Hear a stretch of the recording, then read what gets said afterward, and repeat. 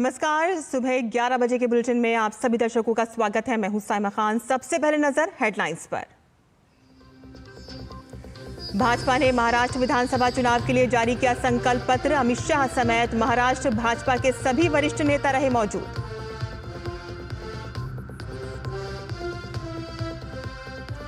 कांग्रेस अध्यक्ष मल्लिकार्जुन खड़गे आज महाराष्ट्र के लिए महाविकास अघाड़ी का घोषणा पत्र करेंगे जारी। महागठबंधन के अन्य नेता रहेंगे मौजूद।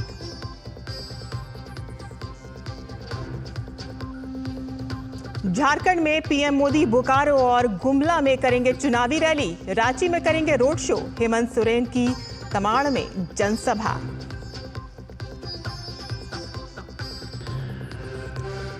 कतर ने की इजराइल और हमास के बीच मध्यस्थता से खुद को अलग करने की घोषणा। पश्चिम एशिया में शांति बहाली को लगा झटका।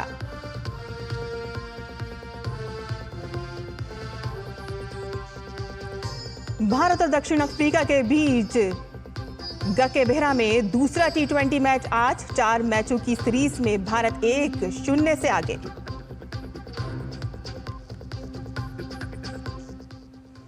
और समाचार विस्तार से, जहां भारतीय जनता पार्टी ने महाराष्ट्र विधानसभा चुनाव के लिए अपना संकल्प पत्र जारी किया। भाजपा के वरिष्ठ नेता अमित शाह ने महाराष्ट्र के लिए भाजपा का संकल्प पत्र जारी कर दिया है। इस दौरान भाजपा नेता अश्विनी वैष्णव, भूपेंद्र यादव, पीयूष गोयल, उप मुख्यमंत्री देवेंद्र फडणवीस मौजूद रहे। और इसके अलावा महाराष्ट्र भाजपा अध्यक्ष चंद्रशेखर बावनकुले, आशीष सिलार, विनोद ताड़वे, सुधीर मुंगंतीवार और राव साहेब दानवे मौजूद रहे। संकल्प पत्र जारी करने के बाद महाराष्ट्र के उप मुख्यमंत्री देवेंद्र फडणवीस ने भाजपा के संकल्प पत्र को विकसित भारत का रोड मैप बताया। उन्होंने कहा कि लाडकी बहन योजना जारी रहेगी और साथ ही उन्होंने किसानों का कर्ज माफ करने की बात कही है और भावांतर स्कीम के तहत 2100 रुपए देने की बात कही गई है। और बता दें आपको कि आज भारतीय जनता पार्टी ने महाराष्ट्र विधानसभा चुनाव के लिए अपना संकल्प पत्र जारी कर दिया है। संकल्प पत्र जारी करते समय भाजपा के कई बड़े नेता वहां पर मौजूद रहे। वरिष्ठ नेता अमित शाह ने आज ये संकल्प पत्र जारी किया, जिसमें कई वादे किए गए हैं। विकसित भारत का रोड मैप इस संकल्प पत्र को बताया जा रहा है। उन्होंने कहा कि लाड़की बहन योजना जारी रहेगी, जिसके तहत अब राशि भी बढ़ाई गई है। 1500 रुपए से बढ़ाकर इसे 2100 रुपए कर दिया गया है और साथ ही उन्होंने किसानों का कर्ज माफ करने की भी बात कही है।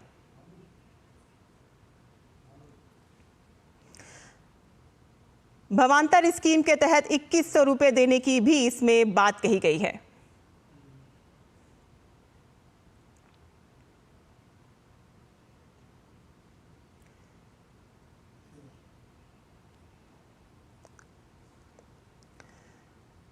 और किसानों का कृषि ऋण माफ किया जाएगा।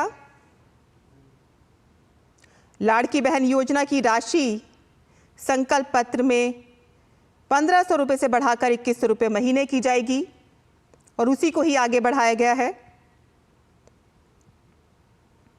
साथ ही साथ भावांतर स्कीम के तहत 2100 रुपए देने की भी बात कही गई है।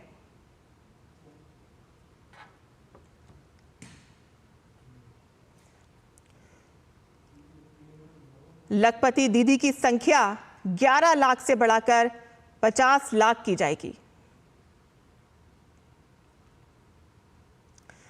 तो आज अमित शाह ने मुंबई में भारतीय जनता पार्टी का विधानसभा चुनाव के लिए संकल्प पत्र जारी कर दिया है। लाड़की बहन योजना जारी रहेगी।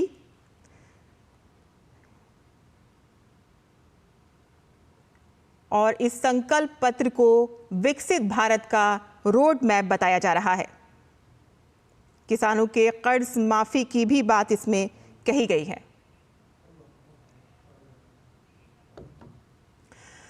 वहीं महाराष्ट्र चुनाव के लिए कांग्रेस के राष्ट्रीय अध्यक्ष मल्लिकार्जुन खड़गे आज महाविकास आघाड़ी का घोषणा पत्र जारी करेंगे और इस कार्यक्रम में अखिल भारतीय कांग्रेस समिति AICC के महासचिव KC वेणुगोपाल, पार्टी के महाराष्ट्र प्रभारी रमेश चन्निथला, महाराष्ट्र प्रदेश कांग्रेस समिति के अध्यक्ष नाना पटोले, विधायक दल के नेता बालासाहेब थोराट, राष्ट्रवादी कांग्रेस पार्टी शरद पवार गुट के प्रदेश अध्यक्ष जयंत पाटिल, मुंबई कांग्रेस अध्यक्ष वर्षा गायकवाड़, शिवसेना उद्धव बालासाहेब ठाकरे गुट के सांसद संजय राउत मौजूद रहेंगे।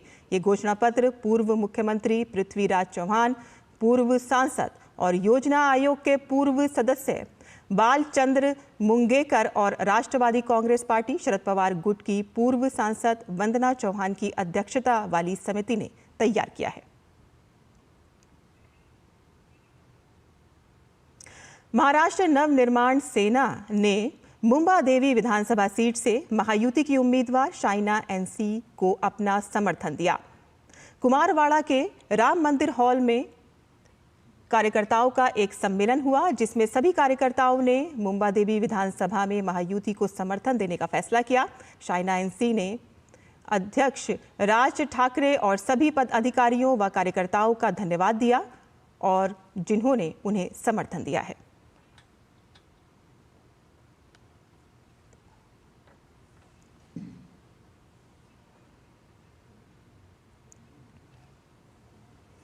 झारखंड का रण जीतने के लिए सत्ताधारी दल हो या फिर विपक्षी दल पूरे दमखम के साथ चुनाव प्रचार कर रहे हैं। बीजेपी ने झारखंड में दिग्गजों की फौज उतार दी है। बीजेपी के स्टार प्रचारकों में से एक प्रधानमंत्री आज एक हफ्ते में दूसरी बार झारखंड का दौरा करने जा रहे हैं। प्रधानमंत्री आज 2 जनसभाओं को संबोधित करेंगे और उसके बाद राजधानी रांची में एक भव्य रोड शो भी करेंगे। पीएम मोदी सबसे पहले बोकारो में जनसभा करेंगे। पीएम मोदी बोकारो के चंदन कियारी में बीजेपी उम्मीदवार और झारखंड विधानसभा में नेता प्रतिपक्ष अमर कुमार बाउरी के लिए प्रचार करेंगे और जनता से उनके पक्ष में वोट देने की अपील करेंगे। और इसके बाद पीएम गुमला में चुनावी रैली करेंगे। यहां वे गुमला में पूर्व सांसद और बीजेपी प्रत्याशी सुदर्शन भगत के समर्थन में चुनावी सभा को संबोधित करेंगे। जनसभा के बाद प्रधानमंत्री रांची जाएंगे और OTC ग्राउंड से न्यू मार्केट चौक तक रोड शो भी करेंगे। 3 किलोमीटर का ये रोड शो कई मायनों में ऐतिहासिक होगा। पीएम मोदी का रोड शो 5 विधानसभाओं से होकर गुजरेगा। सीएम हेमंत बिस्व शर्मा ने रोड शो में बड़ी संख्या में लोगों के आने की उम्मीद जताई है। रोड शो में बीजेपी के कई वरिष्ठ नेता भी शामिल होंगे। झारखंड की 81 सदस्यीय विधानसभा के लिए 13 नवंबर और 20 नवंबर को 2 चरणों में मतदान होगा, जबकि मतगणना 23 नवंबर को होगी।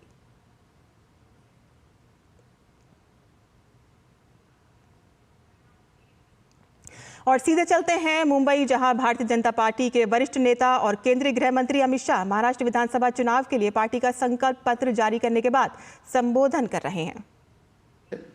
उसने किसानों का सम्मान करने की बात की है, गरीबों का कल्याण करने को जमीन पर उतारने का काम किया है, महिलाओं का स्वाभिमान बढ़ाने के लिए हम योजनाएं लेके आए हैं और विरासतों का पुनरुत्थान करने का काम भी महायुति सरकार ने किया है। मित्रों, आज मुझे बहुत खुशी है कि जब मैं अंबेडकर जी की भूमि पर खड़ा हूं, तब अभी कश्मीर में जो चुनाव हुआ, आजादी के बाद पहली बार कश्मीर का चुनाव के बाद मुख्यमंत्री का शपथ अंबेडकर जी ने बताए हुए संविधान से हुआ है। इससे बड़ी श्रद्धांजलि अंबेडकर जी की वो नहीं हो सकती। धारा 370 हटने के बाद पहली बार कश्मीर में भारत के संविधान की शपथ लेकर सरकार बनाने का काम हुआ और इसका पूरे देश को आज नाज है। हमने इस संकल्प पत्र के माध्यम से महापुरुषों की परंपराओं को, सांस्कृतिक विरासत को आगे बढ़ाने के संकल्प भी रखे हैं। अराजकता फैलाकर विकास के नाम पर विफल राज देने वालों की विफलताओं से बोध लेते हुए मजबूत, समृद्ध और सुरक्षित महाराष्ट्र कैसे हो, इसका भी इसके अंदर आपको योजना दिखाई पड़ेगी। आज चुनाव में हमारा मुकाबला अघाड़ी से है। मैं निश्चित रूप से कहना चाहता हूं कि अघाड़ी की सारी योजनाएं सत्ता के लालच में तुष्टीकरण की है, विचारधाराओं का अपमान करने वाली है और महाराष्ट्र की संस्कृति से छल कर केवल सत्ता प्राप्ति के लिए आगे बढ़ने वाली विचारधारा है। मित्रों, मुझे गत चुनाव का परिणाम याद है। आज मैं महाराष्ट्र की जनता के सामने कहने आया हूं कि आप लगातार तीसरी बार महायुति की सरकार को आपका मैंडेट दीजिए। पहली बार 2014 में महाराष्ट्र की जनता ने महायुति को मैंडेट दिया, भारतीय जनता पार्टी के नेतृत्व में महायुति की सरकार बनी। 19 में भी मैंडेट भारतीय जनता पार्टी और महायुति के लिए था, मगर जनादेश का द्रोह कर सत्ता की लालच में वो जनादेश को नकारा गया और अंतोतगत्वा जो कृत्रिम होता है, जो बनावटी होता है, वो लंबा टिकता नहीं है। वो सरकार गिरी और फिर से महायुति की सरकार बनी। महायुति एक मुश्त होकर, एकजुट होकर मोदी जी के नेतृत्व में सिद्धांतों के आधार पर महाराष्ट्र का कल्याण करने के लिए आगे बढ़ रही है और अघाड़ी की सरकार बनाने का जो लोग दावा कर रहे हैं, उनका चुनाव अभियान भी आंतरिक विरोधाभासों से घिरा हुआ है। मैं आज इस मंच से उद्धव ठाकरे जी को पूछना चाहता हूं, क्या वो कांग्रेस के नेता राहुल गांधी को इतनी विनती कर सकते हैं कि वीर सावरकर के लिए 2 अच्छे शब्द बोल दे? क्या कांग्रेस का कोई नेता सम्माननीय बाला साहब ठाकरे के सम्मान में 2 वाक्य अच्छे बोल सकता है क्या? ये अंतर विरोध के बीच में अघाड़ी की सरकार बनाने का स्वप्न लेकर जो लोग निकले हैं, उनको महाराष्ट्र की जनता जान ले, ये बहुत जरूरी है। भारतीय जनता पार्टी जब संकल्प लेकर आती है, संकल्प पत्र लेकर आती है, हमारे संकल्प पत्थर पर की लकीर होती और पूरे देश ने देखा है, चाहे राज्य हो, केंद्र हो, भारतीय जनता पार्टी की सरकार, एनडीए की सरकार, महायुति की सरकार जब जब बनी, हमारे संकल्पों को सिद्धि में परिवर्तित करने का काम हमने प्रयास पूर्वक। कोई नहीं मानता था कि धारा 370 का वादा समाप्त हो जाएगा, इस देश से धारा 370 चली जाएगी, मगर आज धारा 370 को समाप्त करने का काम मोदी जी के नेतृत्व में एनडीए सरकार ने किया। कोई नहीं मानता था इस देश में सीएए आएगा, कोई नहीं मानता था इस देश में यूसीसी की शुरुआत हो सकती है, कोई नहीं मानता था कि इस देश के अंदर ट्रिपल तलाक समाप्त हो जाएगा, कोई नहीं मानता था इस देश में राम जन्मभूमि का मंदिर 550 साल के बाद सम्मान के साथ राम जन्म के स्थान पर ही भव्य मंदिर दिखाई पड़े। इसके साथ साथ हमने वादा किया था समृद्ध भारत का। 11वें अर्थतंत्र से हमने 10 साल के अंदर ही देश के अर्थतंत्र को 5वें नंबर पर पहुंचा है और हमारा वादा है कि 27 में हम भारत को 3रे नंबर का अर्थतंत्र बनाएंगे। इस वादे की ओर हम तेजी के साथ आगे बढ़ रहे हैं। तो केंद्रीय गृह मंत्री अमित शाह ने आज महाराष्ट्र विधानसभा चुनाव के लिए संकल्प पत्र जारी कर दिया है और उन्होंने साफ तौर पर कहा है कि ये संकल्प पत्र नौजवानों, किसानों और महिलाओं को ध्यान में रखकर तैयार किया गया है। भारत की परंपरा, संस्कृति को ध्यान में रखकर किया गया है और महाराष्ट्र की सुरक्षा भी इस संकल्प पत्र में शामिल है। और उन्होंने कहा है कि महाविकास आघाड़ी संस्कृति से छेड़छाड़ करने वाली और महाराष्ट्र के लोगों के साथ छल करने वाली पार्टी है और हमने जितने भी वादे किए थे, लोगों ने सोचा भी नहीं था कि वो काम हमने करके दिखाए हैं। ये तमाम बातें वो अपनी आज इस संबोधन में कह रहे थे। तो इसी के साथ ही हम बुलेटिन में यहाँ हम रुकते हैं एक छोटे से ब्रेक के लिए। आप जल्द हाजिर होंगे और देखते रहिए डीडी न्यूज़। आपके घर के खाने में रेस्टोरेंट जैसा स्वाद ले आए MDH का शाही पनीर मसाला। पनीर को क्या मस्त बना डाला। जब धरती चीर कर निकलता है लोहे का पत्थर और मिलता है मोंगिया के जोश से, फिर तपता है, पिघलता है और बनता है फौलाद। अब होता है सरिया सारी खूबियों के साथ। मोंगिया स्टील, मजबूत देश का मजबूत सरिया। और ब्रेक के बाद आपका फिर से स्वागत है। प्रधानमंत्री नरेंद्र मोदी आज झारखंड के बोकारो और गुमला में चुनावी रैली करेंगे और उसके बाद उनका रांची में रोड शो का कार्यक्रम है। अब आपको दिखाते हैं कि प्रधानमंत्री के गुमला, बोकारो और रांची में चुनावी अभियान का किन किन सीटों पर सीधा सीधा असर पड़ने वाला है, उन सीटों पर किन किन उम्मीदवारों के बीच सीधा मुकाबला है।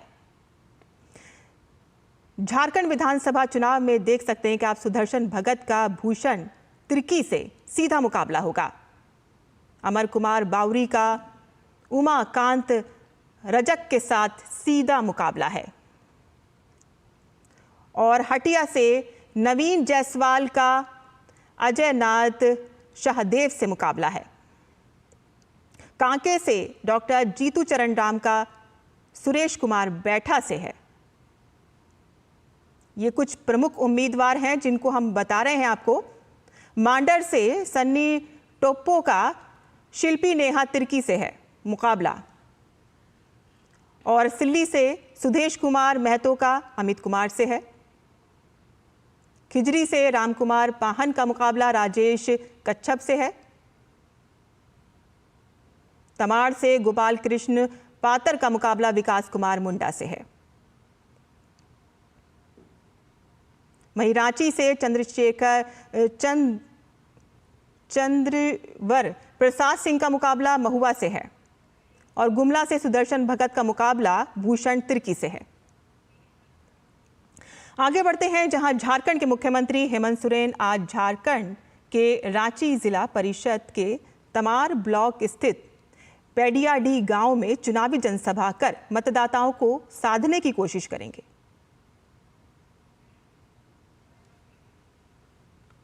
और झारखंड का गांडेय विधानसभा क्षेत्र हॉट सीट है और यहां से मुख्यमंत्री हेमंत सोरेन की पत्नी कल्पना सोरेन मैदान में है, जिनका सीधा मुकाबला भाजपा की मुनिया देवी से है।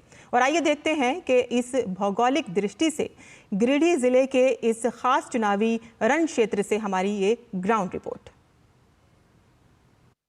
झारखंड में वैसे तो सभी 81 विधानसभा सीट पर चुनावी रण सभी राजनीतिक दलों के लिए महत्वपूर्ण है, लेकिन झामुमो के लिए गांडेय की सीट साख और प्रतिष्ठा से जुड़ा है।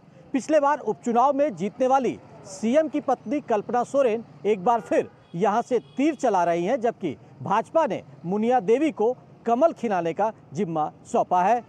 गांडेय से विधानसभा का टिकट कटाने के लिए 15 प्रत्याशी चुनावी मैदान में हैं, जिनमें मुख्यमंत्री हेमंत सोरेन की पत्नी कल्पना सोरेन भी शामिल है। पिछले दिनों राजनीति के मैदान में पदार्पण करते हुए उपचुनाव में विधायक बनने का स्वाद चखने के बाद कल्पना सोरेन एक बार फिर मतदाताओं के बीच है। अपना प्यार, अपना आशीर्वाद दीजिए मुझे, और क्योंकि 4 से 5 महीने में जब मैंने ये काम करके आपको दिखाया है तो 5 साल का वक्त लंबा रहेगा और गांडे की तकदीर और तस्वीर बदलने का मेरी तरफ से जीतोड़ प्रयास रहेगा। मुस्लिम और आदिवासी बहुल इस विधानसभा क्षेत्र से भाजपा की मुनिया देवी भी चुनौती पेश कर रही हैं। गांडेय के चुनावी रण क्षेत्र के इतिहास पर नजर डालें तो यहां से झामुमो ने सबसे ज्यादा 5 बार जीत दर्ज की है, जबकि भाजपा को भी 3 बार इस क्षेत्र का प्रतिनिधित्व करने का मौका मिला है।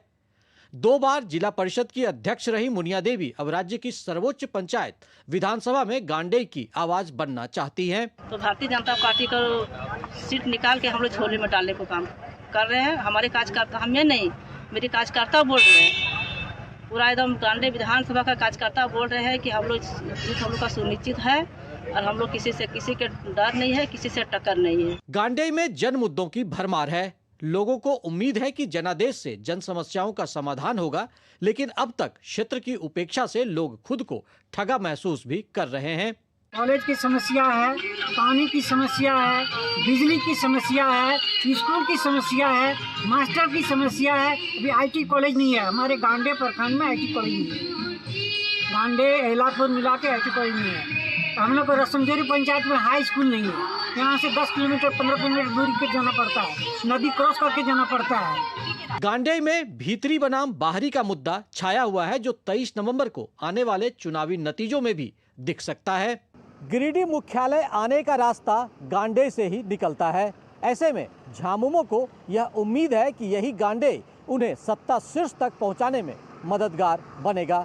वहीं भाजपा यहां अपना पताका लहराकर झामुमो पर मनोवैज्ञानिक जीत हासिल करना चाहेगी।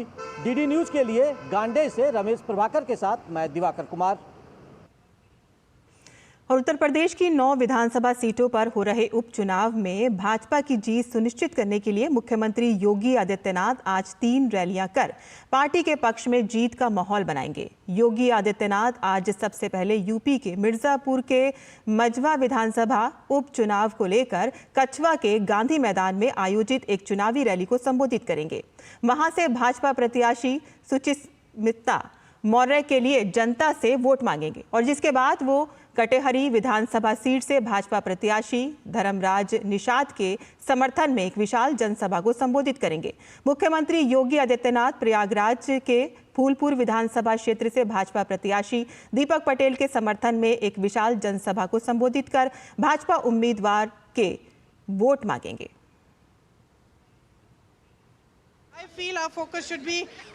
वायनाड लोकसभा उपचुनाव के लिए प्रचार के केवल 2 दिन बचे हैं और कांग्रेस उम्मीदवार प्रियंका गांधी आज वायनाड में 6 जगहों पर जनसभा करेंगी और साथ ही उनका आज नुक्कड़ सभा का भी कार्यक्रम है। प्रियंका गांधी ने पिछले रविवार को ही वायनाड में चुनाव प्रचार के लिए पूरी ताकत झोंक रखी है।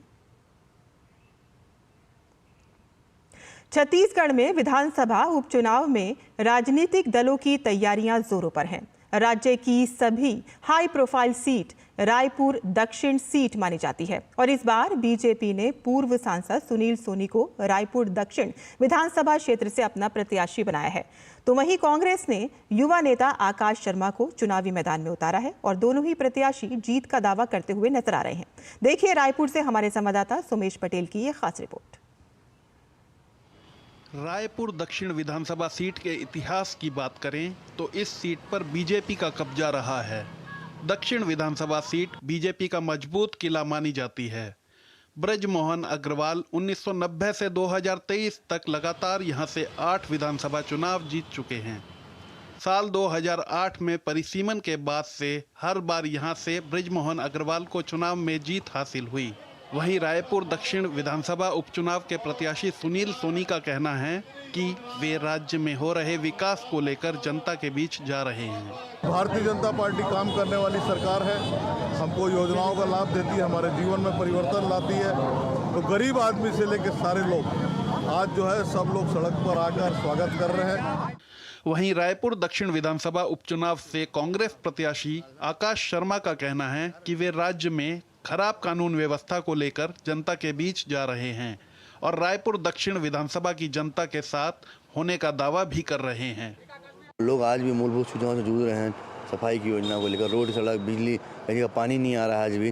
तमाम जो जनता के मुद्दे हैं, जनता से चर्चा करके जो उनकी ज़रूरत की चीज़ें हैं उस पर विकास का मॉडल तय करेंगे और सरकार से ध्यान आकर्षण करेंगे। सरकार के रायपुर दक्षिण की जनता के मुद्दे को लाएंगे और उन्हीं के अनुसार विकास करवाएंगे और सारा जो कानून व्यवस्था है, बढ़ती बिजली का बिल है, इन मुद्दों को लेकर ठीक करने का प्रयास करेंगे।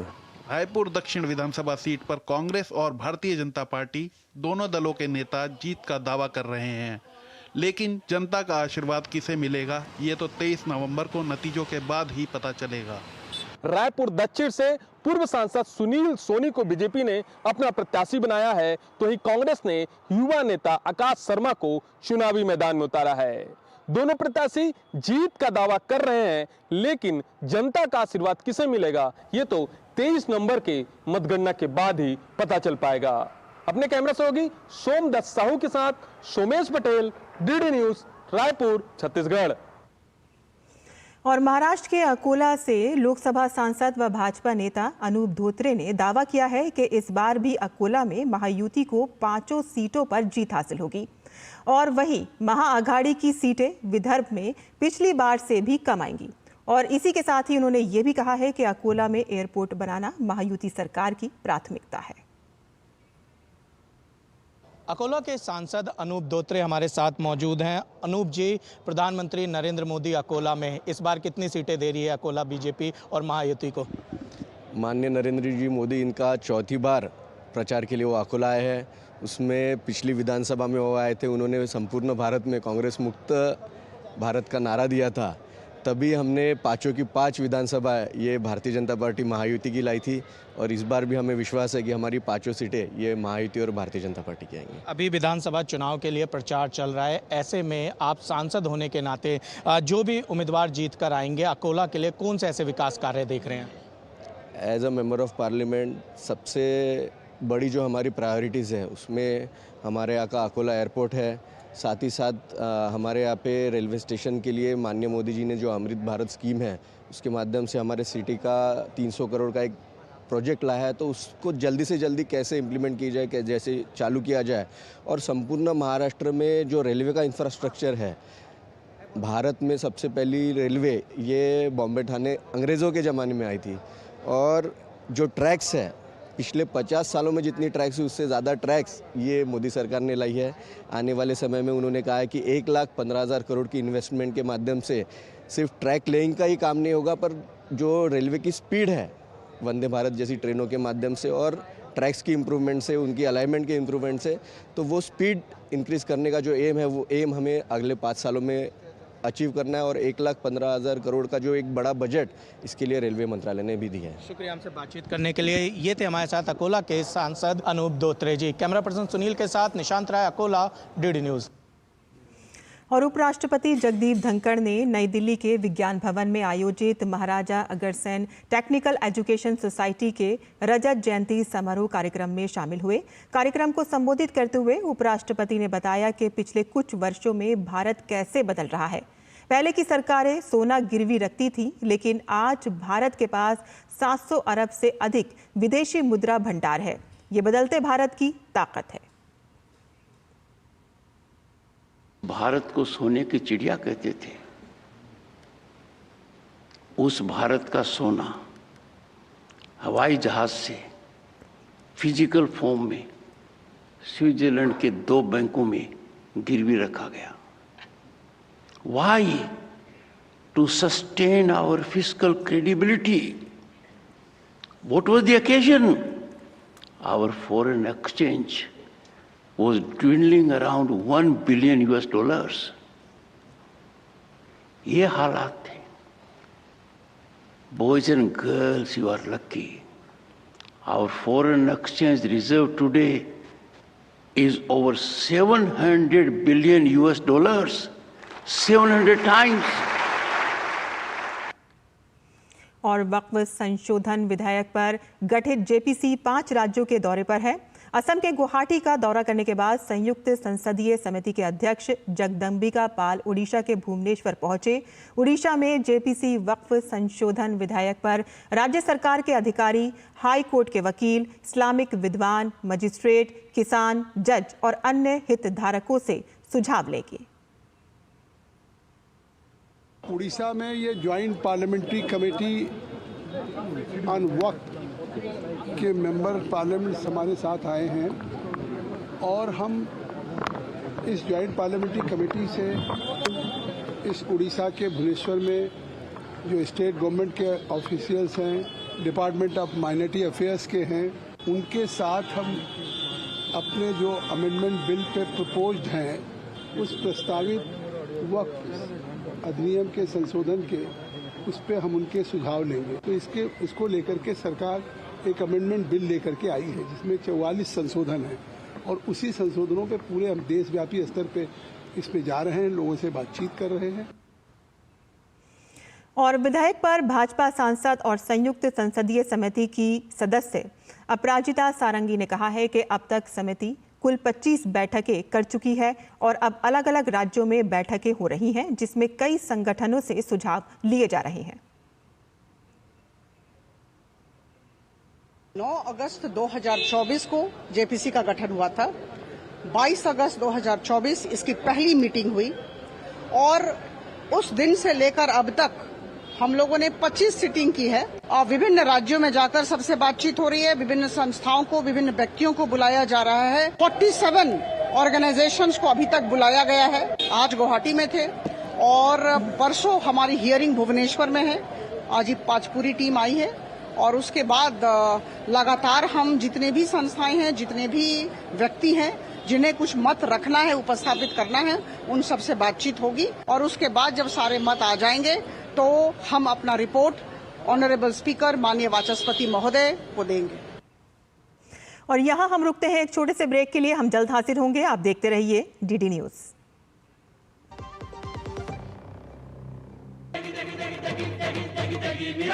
MDH की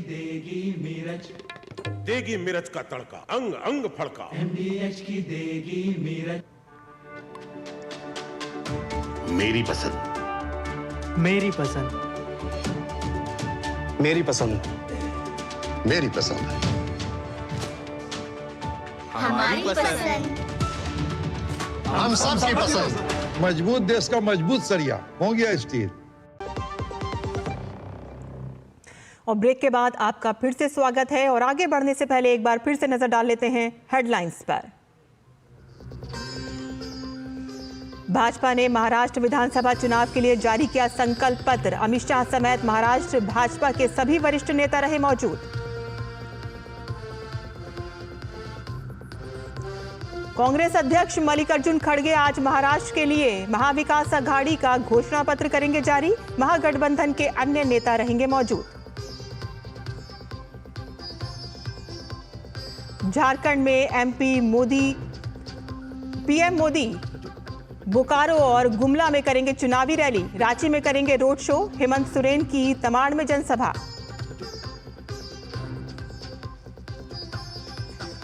कतर ने की इजराइल और हमास के बीच मध्यस्थता से खुद को अलग करने की घोषणा। पश्चिम एशिया में शांति बहाली को लगा झटका।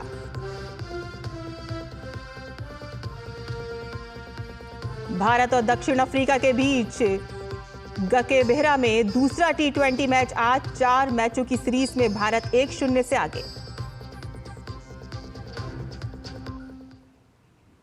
और आगे बढ़ते हैं जहां मुंबई में बांग्लादेशी और रोहिंग्याओं की बढ़ती संख्या को लेकर एक चौंकाने वाली रिपोर्ट सामने आई है, जिसमें दावा किया गया है कि 2051 तक शहर में हिंदू आबादी 54% से कम हो जाएगी, जबकि मुस्लिम समुदाय की आबादी 30% की वृद्धि होगी।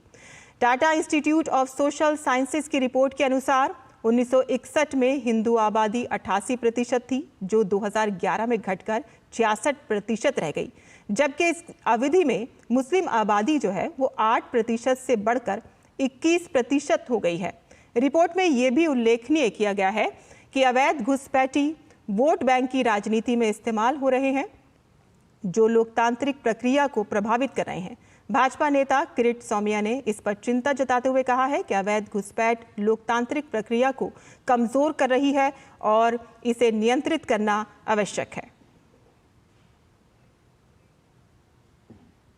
प्रधानमंत्री नरेंद्र मोदी जी के एक है तो सेफ है। जो Tata institute of social science का ये जो रिपोर्ट है वो कह रहा है कि मुंबई में 2051 तक हिंदू आबादी सिर्फ 54% रह जाएगी। आज भी मुंबई में गोवंडी, मानपुर, मुंबादेवी, नयानगर, मुंब्रा, भिवंडी, आज भी वहां पर सिर्फ बांग्लादेशी मुस्लिम और रोहिंग्या मुस्लिम दिखाई दे रहे हैं। इसलिए राहुल गांधी कहते हैं वोट जिहाद और योगी जी कहते हैं बटेंगे तो कटेंगे। और आरजीकर कॉलेज में महिला जूनियर डॉक्टर की हत्या और बलात्कार की घटना के 90 दिन बाद भी न्याय का इंतजार किया जा रहा है। पीड़िता को न्याय दिलवाने के लिए बंगाल जूनियर डॉक्टरों का संयुक्त संगठन West Bengal junior doctors forum संघर्षरत है और इसी सिलसिले में संगठन ने कॉलेज स्क्वायर से लेकर एप्लेंटिस तक रैली निकाली है। न्याय की मांग को लेकर डॉक्टर ही नहीं बल्कि समाज के सभी वर्ग इस नागरिक मार्च में शामिल हुए हैं।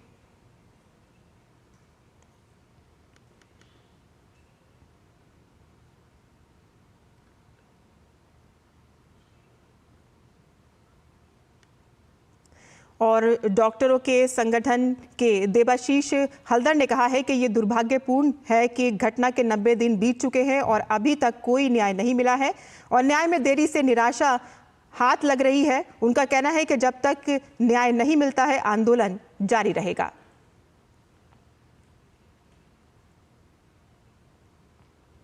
देश की राजधानी दिल्ली में लोग बेहद खराब हवा में सांस लेने को मजबूर हैं और इससे लोगों को सांस लेने में परेशानी के साथ ही आंखों में जलन भी महसूस हो रही है। शनिवार को हवा की गति और दिशा बदलने से प्रदूषण में मामूली कमी आई है। बावजूद इसके दिल्ली की हवा अभी भी खराब है। और आज की बात करें तो दिल्ली में सबसे अधिक ढोलाकुआं में 394, नरेला में 359, अलीपुर में 358, मुंडका में 358, पड़पड़गंज में 347, पंजाबी बाग में 354 AQI दर्ज किया गया है, जो बेहद खराब श्रेणी में आता है। वहीं राष्ट्रीय राजधानी में हवा की गुणवत्ता खराब होने के कारण आज सुबह भी बड़ी संख्या में यमुना नदी में जहरीला झाग तैरता हुआ नजर आया।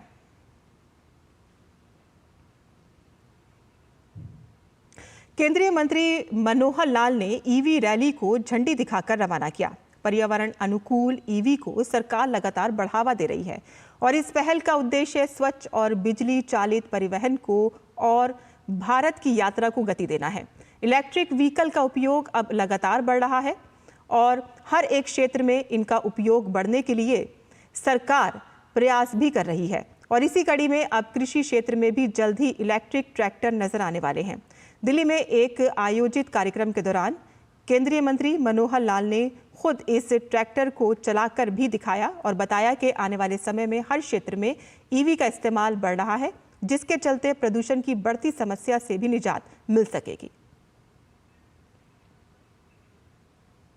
और सूचना और प्रसारण राज्य मंत्री डॉक्टर एल मुरुगन ने गोवा में आयोजित होने वाले 55वें फेस्टिवल के बारे में कहा है कि गोवा फिल्म फेस्टिवल फिल्म निर्माताओं और फिल्म उद्योग के पेशेवरों को आपस में जोड़ने, सहयोग करने और अपनी कला प्रदर्शित करने के लिए व्यापक मंच प्रदान करेगा। This year, the 55th International Film Festival is going to happen in Goa. The Goa is the one destination. This is a permanent destination for the International Film Festival. In this film festival, this year, 55th edition is going to happen. It is going to happen from November 20th to 28th. So all over the country, the participants are going to come. They're not only artists, the producers, the directors, the technicians, and the business-to-business peoples are coming. Here the Film Bazaar is the main theme we are going to introduce this year. Apart from that, we are going to give a chance for the 100 young minds, the new young people. They want a platform to participate, exhibit them talent. और यातायात सुरक्षा को बढ़ावा देने और दुर्घटनाओं को कम करने के उद्देश्य से उत्तर प्रदेश के गौतम बुद्ध नगर जिले में यातायात माह का आयोजन किया जा रहा है। और इस अवसर पर डीसीपी ट्रैफिक नोएडा यमुना प्रसाद ने कहा है कि ड्रिंक एंड ड्राइव अभियान चलाया जा रहा है, जिसमें जगह जगह वाहनों की चेकिंग की जा रही है और सभी वाहन चालकों की चेकिंग की जा रही है ताकि ये सुनिश्चित किया जा सके कि ये शराब पीकर वाहन तो नहीं चला रहे हैं। सीपी मैम के निर्देशन में ड्रिंक एंड ड्राइव का अभियान चल रहा है। यातायात माह का आयोजन किया गया है, जिसके अंतर्गत आज सभी मॉल, जितने रेस्टोरेंट और ढाबे हैं, उनके आसपास आज अभियान चलाया जा रहा है। सीपी मैम के निर्देशन में सभी जनपद के 10 स्थानों पर ये अभियान जारी है। सभी से अपील की जा रही है, कृपया पी करके गाड़ी ना चलाएं, अपना जान सुरक्षित रखें और लोगों के जान को जोखिम में मत डालें। और देश के आर्थिक विकास को गति देने में 6 प्रमुख नीतियां कारगर साबित हो रही हैं। ये जानकारी अग्रणी वित्तीय कंपनी मोतीलाल ओसवाल इंडिया की मासिक रिपोर्ट में दी गई है। रिपोर्ट में इसे केंद्र की नरेंद्र मोदी सरकार के 1 दशक के रणनीतिक सुधारों का परिणाम बताया गया है। और इसके अलावा रिपोर्ट में भाजपा सरकार के पिछले 2 कार्यकाल को आश्चर्यजनक वृद्धि का 1 दशक बताया गया है। रिपोर्ट में कहा गया है कि देश में विश्व स्तरीय बुनियादी ढांचा, व्यापार के अनुकूल नीतियों से लेकर एक संपन्न उद्यमी पारिस्थितिकी तंत्र मौजूद है। छोटे व्यवसायों के लिए अवसर बढ़ रहे हैं। रिपोर्ट में कहा गया है कि विश्व मंच पर भारत चीन के मुकाबले एक शक्तिशाली विकल्प के रूप में उभर रहा है। देश में वर्तमान में 11 मेगा कंपनियां मौजूद हैं और इनका बाजार पूंजीकरण 5 ट्रिलियन रुपए से अधिक है। वहीं 2014 में ये संख्या 0 थी। मध्यम और बड़ी पूंजी वाली कंपनियों में उछाल के साथ ही इक्विटी बाजार में संभावित विशालकाय कंपनियां बड़ी संख्या में मौजूद हैं। रिपोर्ट में कहा गया है कि भारत अब मार्केट कैप के मामले में दूसरा सबसे बड़ा उभरता बाजार है। ये 2014 में 1.2 ट्रिलियन अमेरिकी डॉलर से बढ़कर 2024 में 5.4 ट्रिलियन अमेरिकी डॉलर हो जाएगा, जबकि वैश्विक हिस्सेदारी में 4.3% की वृद्धि होगी। रिपोर्ट के अनुसार नए ई कॉमर्स प्लेटफॉर्म आधारित सूचीबद्ध कंपनियों की संख्या वर्ष 2014 में सिर्फ 5 थी। ये वर्ष 2024 में बढ़कर 29 हो गई हैं, जो भारत में स्टार्टअप के लिए एक स्वस्थ कारोबारी माहौल को दर्शाता है। और उनका संयुक्त बाजार पूंजीकरण मार्च 2014 में 178 बिलियन रुपए से बढ़कर नवंबर 2024 में 4.8 ट्रिलियन रुपए हो गया। वहीं देश में बड़े पैमाने पर खरीफ फसलों की खरीद सुचारू रूप से जारी है। सरकार ने वर्तमान विपणन सत्र में शुक्रवार तक 120 लाख मीट्रिक टन से अधिक धान की खरीद की है। धान खरीद से पंजाब में 6,58,000 किसानों को लाभ मिला है। उन्हें 27,995 करोड़ रुपए के न्यूनतम समर्थन मूल्य यानी कि MSP का भुगतान किया गया है। उपभोक्ता मामले, खाद्य और सार्वजनिक वितरण मंत्रालय ने बताया है कि ग्रेड ए धान को तय MSP 2,320 रुपये प्रति क्विंटल पर ही खरीदा जा रहा है। पंजाब सरकार ने 4,743 मिलों को धान की छिलाई का काम आवंटित किया है, जिसके लिए कुल 4,839 धान मिलों ने आवेदन किया है। केंद्र सरकार ने चालू खरीफ सीजन के लिए धान खरीद का अनुमानित लक्ष्य 185 लाख मीट्रिक टन निर्धारित किया है। और गुजरात के बाद अब आंध्र प्रदेश में भी सी प्लेन सेवा जल्द शुरू होने जा रही है। साबरमती के बाद श्रीसेलम में सी प्लेन सेवा के ट्रायल रन को शुरू किया गया। आंध्र प्रदेश के मुख्यमंत्री चंद्रबाबू नायडू ने कल इस ट्रायल रन की शुरुआत की।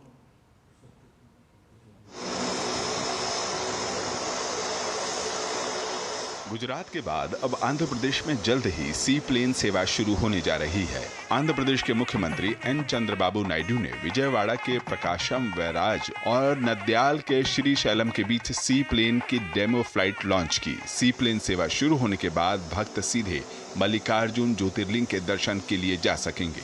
यह आयोजन न केवल तकनीकी नवाचार का प्रमाण है, बल्कि राज्य के भीतर कनेक्टिविटी और पर्यटन को बढ़ाने की दिशा में एक कदम भी है। लॉन्च के बाद मुख्यमंत्री एन चंद्रबाबू नायडू ने कहा कि सी प्लेन सेवा राज्य में आर्थिक गतिविधियों को बढ़ावा देगी और रोजगार पैदा करेगी। New experience everybody is going to have. It is a boom for tourism. Future is only for tourism.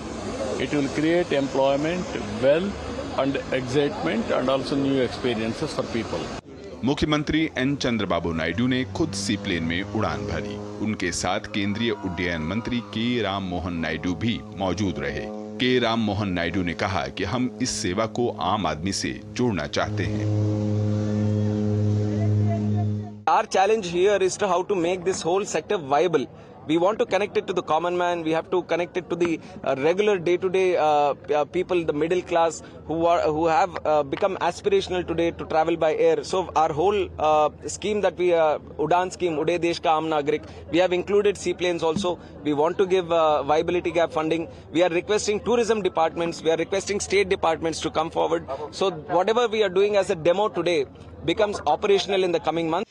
अपनी सी प्लेन सेवाओं के साथ राज्य सरकार आंध्र प्रदेश को जलीय उड्डयन सेक्टर के लिए अग्रिम पंक्ति में खड़ा करना चाहती है। साथ ही साथ सी प्लेन का मकसद राज्य के पर्यटन को बढ़ावा देना और यात्रा की सुविधाओं में सुधार करना है। Bureau report, DD news. और हिंद महासागर क्षेत्र के मित्र विदेशी देशों के साथ अपनी क्षमता निर्माण गतिविधियों के हिस्से के रूप में भारत ने मोजाम्बिक को 2 वाटर जेट चालित फास्ट इंटरसेप्टर क्राफ्ट FIC उपहार में दिए हैं। FIC को भारत से INS घड़ियाल द्वारा ट्रांसशिप किया गया है।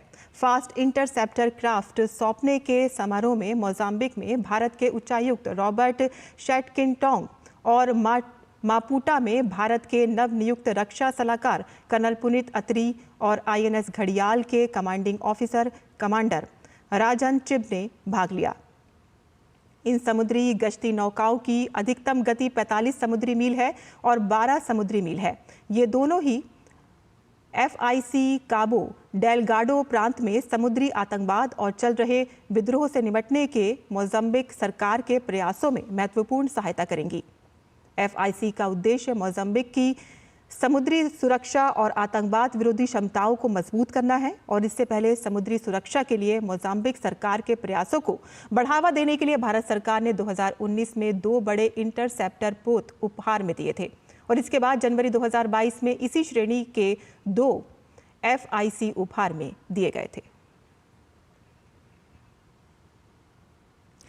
और पश्चिम एशिया में चल रहे संघर्ष के बीच नए घटनाक्रम में कतर ने इजराइल और हमास के बीच मध्यस्थता की भूमिका से खुद को अलग करने की घोषणा की है। पश्चिम एशिया में शांति बहाली के लिए इसे एक बड़ा झटका बताया जा रहा है। कतर का कहना है कि दोनों पक्ष पूर्ण विश्वास के साथ बातचीत नहीं कर रहे हैं। ये निर्णय इन खबरों के बीच आया है कि जब फिलिस्तीनी समूह द्वारा गजा में चल रहे संघर्ष को समाप्त करने के नए प्रस्तावों को अस्वीकार कर दिया गया है। सूत्रों ने बताया है कि अमेरिका के शीर्ष अधिकारी अब कतर में हमास प्रतिनिधियों की उपस्थिति को स्वीकार नहीं करेंगे। कतर के मध्यस्थता की भूमिका से हटने से क्षेत्र में शांति प्रयासों को झटका लगा है। कतर छोटा देश होने के बावजूद इस क्षेत्र में काफ़ी राजनयिक प्रभाव रखता है और ये देश ईरान, तालिबान और रूस सहित विभिन्न अंतर्राष्ट्रीय वार्ताओं में महत्वपूर्ण भूमिका निभाता रहा है। कतर पिछले 1 वर्ष से गाजा संघर्ष में युद्ध विराम करने का प्रयास में अमेरिका और मिस्र के साथ मिलकर काम कर रहा है। वहीं लेबनान के अधिकारियों ने कहा है कि पिछले दिनों लेबनान पर इजरायली हवाई हमलों में कम से कम 40 लोग मारे गए हैं, जिनमें कई बच्चे भी शामिल हैं। ये जानकारी राजधानी बैरूत के दक्षिणी उपनगरों में रात भर इजरायली बमबारी के बाद मिली है। इजरायली सेना का कहना है कि उसने आतंकवादियों को निशाना बनाने के लिए हमले किए थे और इससे पहले शनिवार को आसपास के शहरों में हुए हमलों में 13 लोगों की मौत हो गई थी, जिनमें हिजबुल्लाह और उसके सहयोगी अमल से जुड़े बचाव समूह के 7 चिकित्सक भी शामिल थे।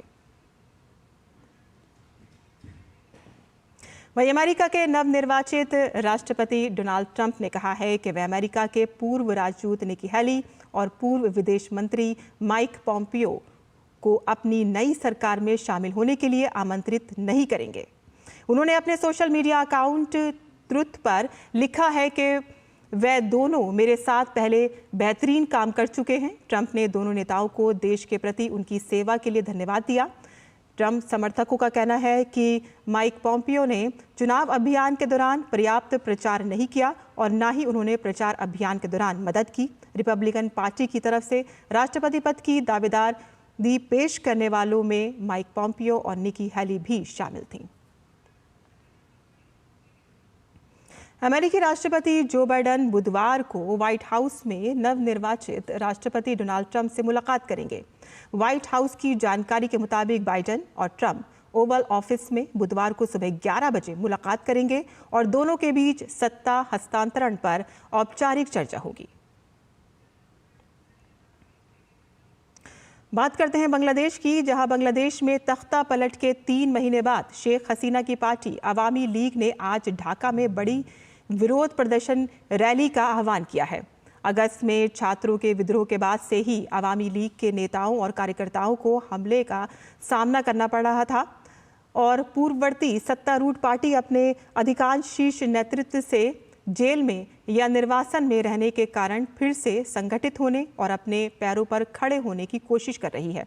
और इसी क्रम में अवामी लीग ने आज ढाका में बड़े पैमाने पर विरोध मार्च का आह्वान किया है और अंतरिम सरकार ने अवामी लीग को फांसीवादी करार देते हुए बांग्लादेश में रैली की इजाज़त देने से इनकार कर दिया है। और इस बीच अवामी लीग के नेता अनवरुज्जमा ने बांग्लादेश की अंतरिम सरकार के मुखिया सलाहकार मोहम्मद यूनुस और 61 अन्य के खिलाफ नीदरलैंड स्थित अंतर्राष्ट्रीय आपराधिक न्यायालय में रोम संविधि के अनुच्छेद 15 के तहत शिकायत दर्ज कराई है। रूसी राष्ट्रपति व्लादिमीर पुतिन ने उत्तर कोरिया के साथ एक रणनीतिक साझेदारी पर समझौते पर हस्ताक्षर किए हैं। इस साझेदारी में आपसी रक्षा का प्रावधान भी शामिल है, जो कि अब कानून बन गया है।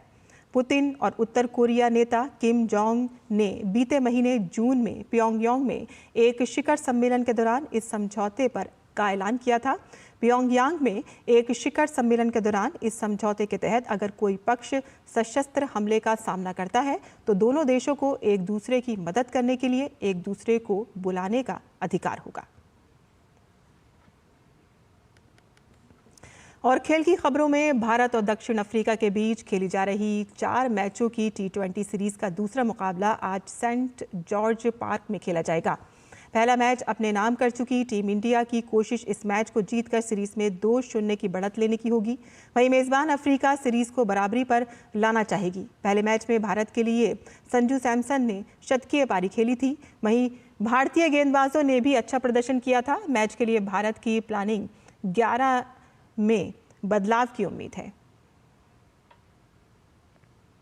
इंग्लैंड ने सीरीज के पहले T20 मैच में वेस्टइंडीज को 8 विकेट से हरा दिया है। वेस्टइंडीज ने पहले बल्लेबाजी करते हुए 20 ओवर में 9 विकेट पर 182 रन बनाए और जवाब में इंग्लैंड ने 16.5 ओवर में 2 विकेट के नुकसान पर ही लक्ष्य हासिल कर लिया। इंग्लैंड की तरफ से फिलहाल सॉल्ट ने शतकीय पारी खेली है, वहीं जेकब बेथल ने 58 रन बनाए हैं। और भारत के पंकज अडवाणी ने IBSF विश्व बिलियर्ड्स चैंपियनशिप जीत ली है। पंकज ने कतर में आयोजित प्रतियोगिता के फाइनल में इंग्लैंड के रॉबर्ट हॉल को हरा दिया है। पंकज ने सेमीफाइनल में सौरव कोठारी को हराया था। सौरव कोठारी ने प्रतियोगिता में कांस्य पदक जीतने में कामयाबी पाई।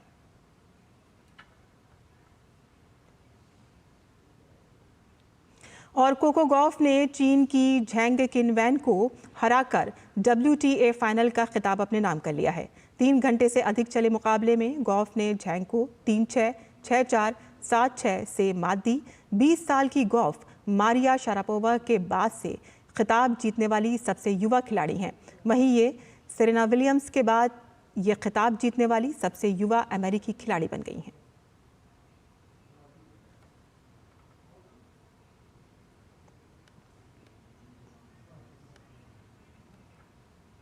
और छत्तीसगढ़ के रायपुर में स्थित दक्षिण पूर्व मध्य रेलवे के वैगन रिपेयर शॉप में स्क्रैप से बनाई गई 10 कलाकृतियों की प्रदर्शनी लगाई गई है। इस प्रदर्शनी में मुख्य आकर्षण का केत गणपति की सुंदर प्रतिमा रही है।